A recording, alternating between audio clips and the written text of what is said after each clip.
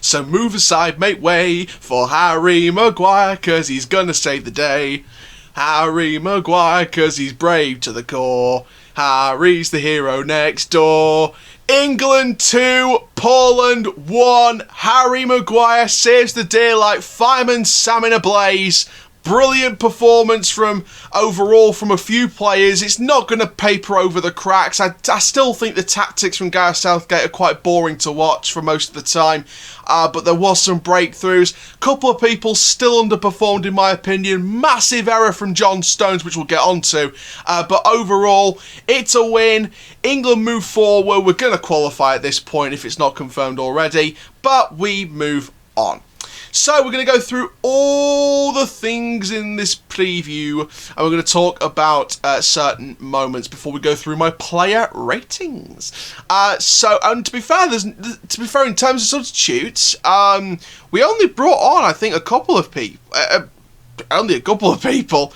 I think only one person came on, I think, and that was Lingard. I can't remember exactly, but I think it was just Lingard.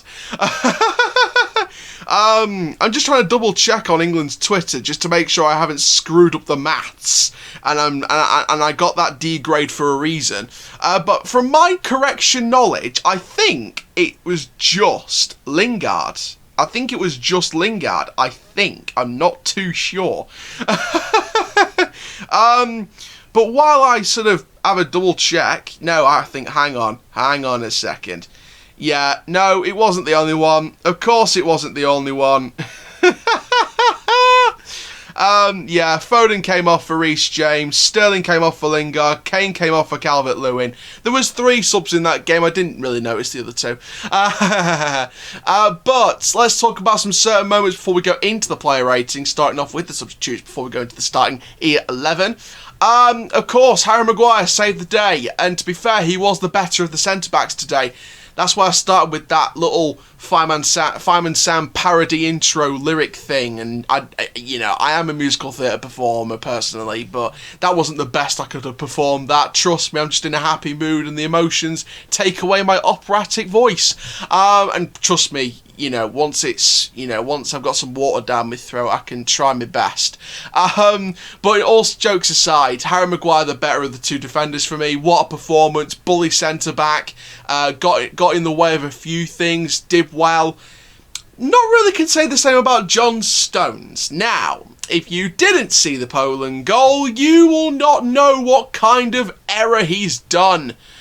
Oh, giddy auntie. Right, so the pass out from Nick Pope, that was bad, but we're not going to put the blame on that because John Stones should have been doing better with that. So, he gets the pass from Pope, he keeps onto the ball, he doesn't clear it up the field. I don't care if it's bloody oof ball, clear it up the field, John Stones, for goodness sake. He doesn't, he keeps onto the ball. Poland swarm around him, take the ball, one pass, goal. Nick Pope should have done better with the save. I don't know. But John Stones is the main man that makes the mistake. Harry Maguire's the opposite side. Maybe a few milliseconds sooner he could have closed it down a bit more. But that is like 0.001% of the blame on Maguire. I think probably 0.005% of the blame on Maguire. The other 0.005% goes to Pope. But 99.99% of the blame goes to John Stones for that goal, because it was his error that led to the goal. Yes, Maguire could have closed him down a few milliseconds earlier. Maybe Pope could have inched the save a little bit better.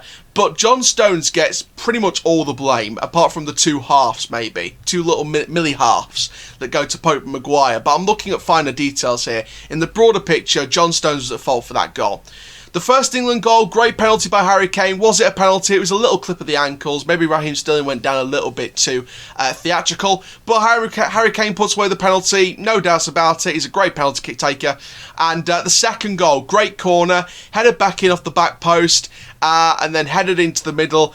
And it was down to Harry Maguire to lash it in the roof of the net past Wohan Szczesny. We got a bit of North London derby vibes today, with Harry Kane lashing out with the tackle on Szczesny. Bit of Arsenal v Tottenham there. Or former Arsenal versus current Tottenham.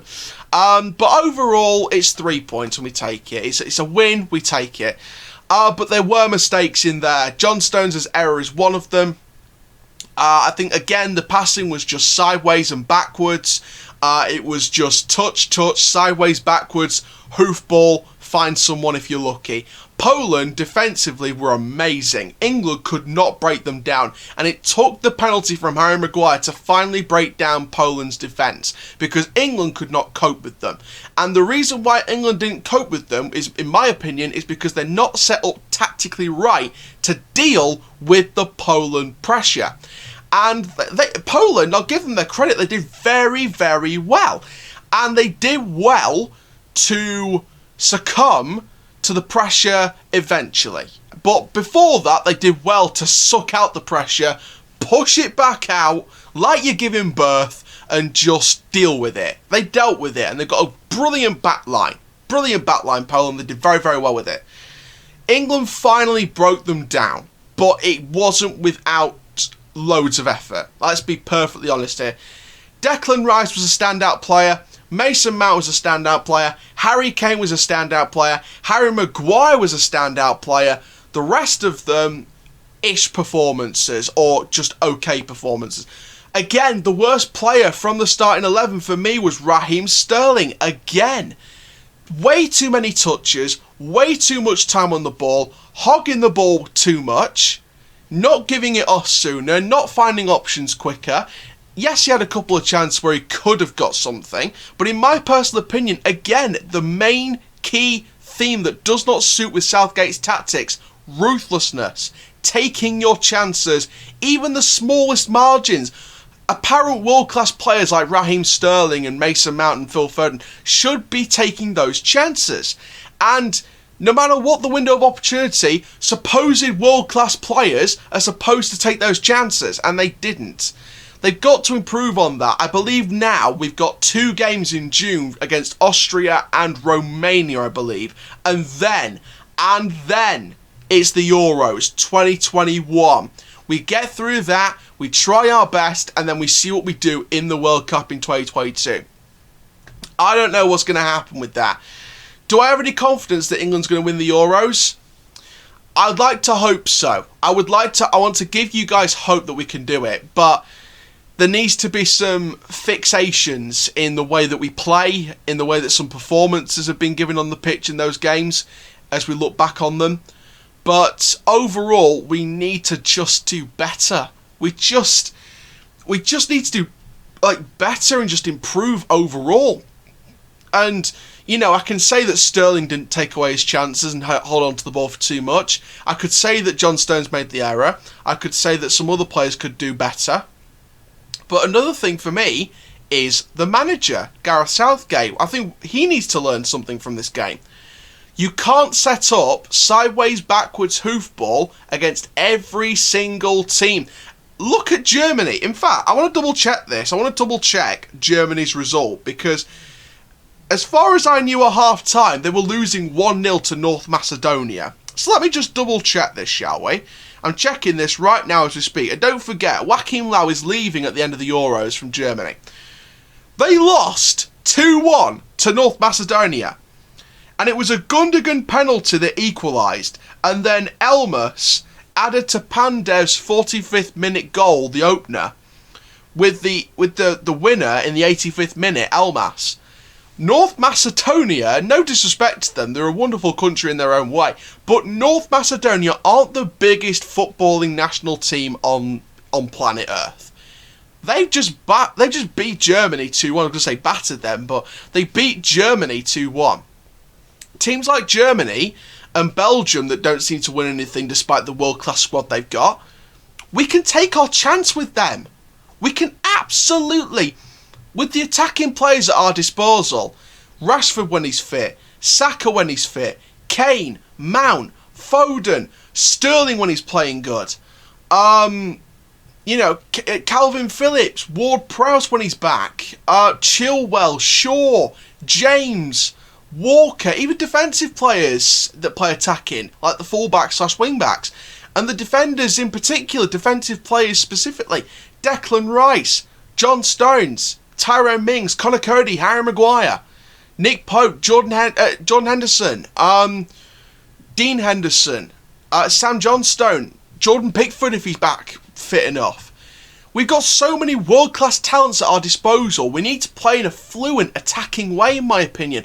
And we're set up like Louis van Gaal ball. No disrespect to Louis van Gaal because he's a wonderful human being, I'm sure. But we are playing LVG ball right now. Sideways, backwards, one ball, hope for the best. And that doesn't sometimes suit players like Sterling, who are having to constantly jump like a smurf on a trampoline and try and head balls into the back of the net they're never going to reach. And that doesn't work. That brings out the faults in players that sometimes they cannot control. So you need to play a more fluent attacking way, and I hope we do that in the games against Austria and Romania. Because if I start seeing the same sideways, backwards nonsense, do I have any confidence in the Euros? Probably not. But I'd like to hold out hope that we can do it. So let's go through the player ratings before we go through what we need to do in the next game in June against Austria. I think it's June the 2nd, something like that. So, first of all, going through the substitutions, Phil Foden come off for Reece James, and with Reece James, I'm going to give him just an average 6, just alright, came on, tried to do the job. And by the way, can I just say, and I was going to go on to the other substitutes, Jesse Lingard coming on for Raheem Sterling, Calvert-Lewin coming on for Harry Kane, both get 6s, didn't really do enough to change the game. Lingard and Calvert-Lewin were playing bloody who can play to the corner flag the best. They're all playing catch the flag in their own little mini area. They're in like it was like Lingard and Calvert-Lewin were in like a social bubble, and they were trying to shield people without touching them with their hands. It was like, get away from us, we're in our own bubble, don't touch us and things like that. They were trying to socially distance themselves from the rest of the players on the pitch and the referee from the corner flag. It's like the corner flag, Lingard and Calvert-Lewin were in their own social bubble, and they were trying to mask themselves from the rest of the world. It was ridiculous the last 3 or 4 minutes playing to the corner flag for most of that added time. That's not the kind of football we want to see. We want to see you try and get a third goal. Make it more comfortable if you could in added time. Get a third goal. Go for it. Play attacking football. We just held on to the corner flag for pretty much most of the added time. Nearly all the added time. Pretty much just held on to the corner flag, and that's about it. So, it's just awful to watch, but, Lingard and Calvert-Lewin came on to do a job, shore things out, and they did in the end, even though it wasn't pretty to watch. So, let's have a look then at the starting 11. Nick Pope, I'm going to give him probably a low 6. I'm not going to give him a 5, I'm going to give him a low 6. Had like the 1.5, like 0.00% of the blame in the Stones error that led to the goal, along with Maguire, but that's only like a 0.00 thing. Apart from that, he was assured. He was, obviously the pass out to Stones in the first place wasn't great, but overall, he could have done a bit better with that, but I think that overall it wasn't the worst performance on the pitch, just an average score. Didn't have that much to do a few times, but apart from that, just alright. Kyle Walker, I'm going to give him a 6 as well. I think, again, just, he was trying to make things happen a couple of times, a few times, and, he could have put the cross in a couple of times in the match as well. Just overall tried his best, but, again, it was just okay. Chilwell in the left-back position, I'm going to give him probably a high 6. I think he was trying again, defensively and attacking-wise, to try and get down those flanks and help out the likes of Foden, Mount, Sterling, etc. And overall, just okay. Harry Maguire gets a 7. Overall, it was an okay defensive performance, but the goal added to his rating, so gets a 7 from me. John Stones gets a 5 out of 10. The error to the goal was his fault, so his rating comes down. But apart from that error, that individual mistake, it was average at best, just okay. But there we go. Moving into the midfield then, Rice, I'm going to give him a 7. I think he was brilliant. I think he did really, really well. I think that defensively he was assured. I think that his distribution with the ball was great.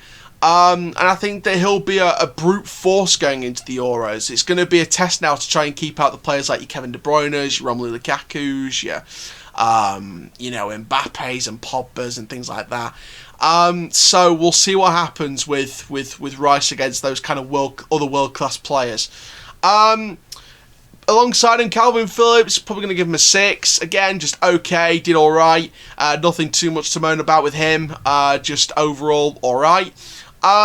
Moving into the midfield again, we've got Mason Mount. I'm going to give him a 7. I think, again, he was really, really trying attacking-wise. Overall, just did alright, just did well. Next up, Foden. I'm going to give Foden a big, massive 7 as well.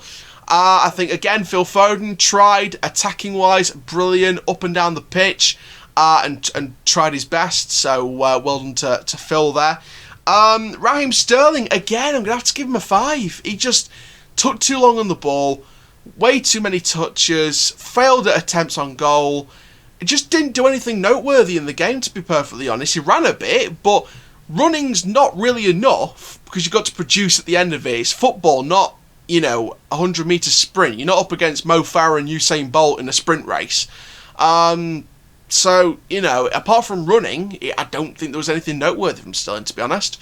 And then finally, Harry Kane. I'm going to give him a big, massive 7 as well. No one really gets above a 7 today. It was just all right. Don't let the win fool you for what that performance was, which was okay.